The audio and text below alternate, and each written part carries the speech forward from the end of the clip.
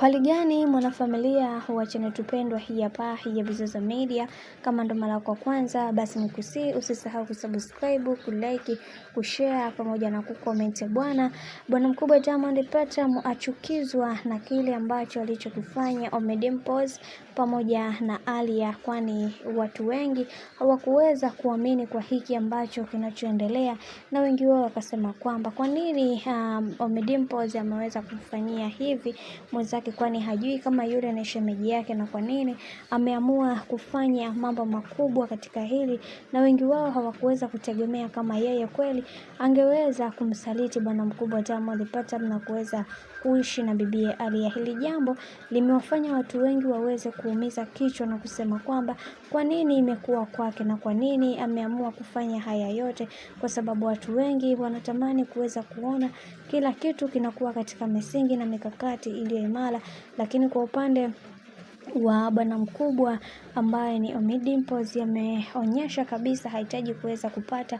ushirikiano wa aina yoyote kutoka kwa mtu yoyote, kwani ameweza kusimama imara na kuweza kutetea penzi lake, kwani watu wengi wanatamani kuweza kuona kila kitu kilichoweza kutokea katika maisha. Watu wengi wanatamani kuweza kuhakikisha kinakwenda kuwa sawa, lakini kwa upande huu bwana, watu wengi wameweza kuongea sana na kusema kwamba yatupaswa kuweza kuhakikisha kila kitu kinakuwa katika misingi na mikakati iliyo bora, kwa sababu watu wengi hawaamini katika kile kitu ambacho wanachokiamini. Hivyo mimi binafsi nitapambana kuweza kuhakikisha kila kitu kinakuwa katika misingi iliyo imara ili kuweza kufikia malengo ambayo niliweza kujiwekea katika maisha. Sitamani kuweza kuona mtu mwingine akinishauri kuhusiana na kitu chochote, kwa sababu haya ni maisha yangu, na pia tuweze kuheshimiana katika kila jambo ambalo nalopitia katika maisha, kwani kila mtu ana maamuzi ya yeye kuweza kufanya,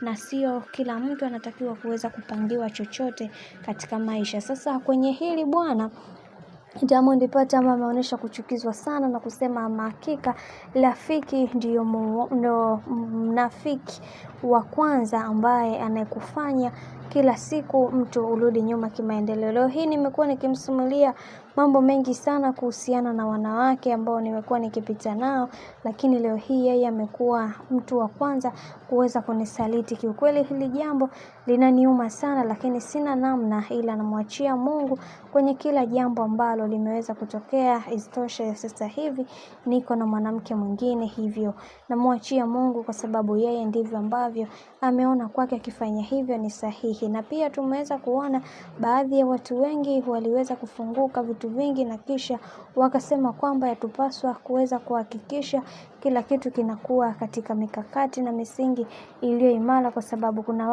kuna mambo mengi ambayo yanayoendelea katika maisha.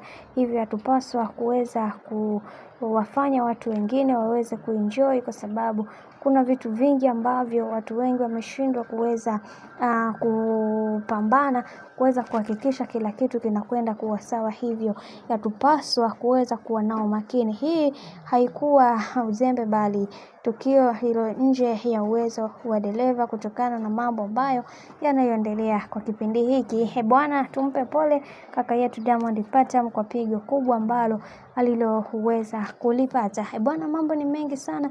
Mimi naomba nikusihi kitu kimoja, kama ndo mara kwa kwanza, basi usisahau kusubscribe, kulike, kushare pamoja na kucomment, kwani ukifanya hivyo utakuwa umejiweka katika nafasi nzuri ya wewe kuweza kuenjoy na kufurahi pia katika channel tupendwa hii hapa ya Bizoza Media.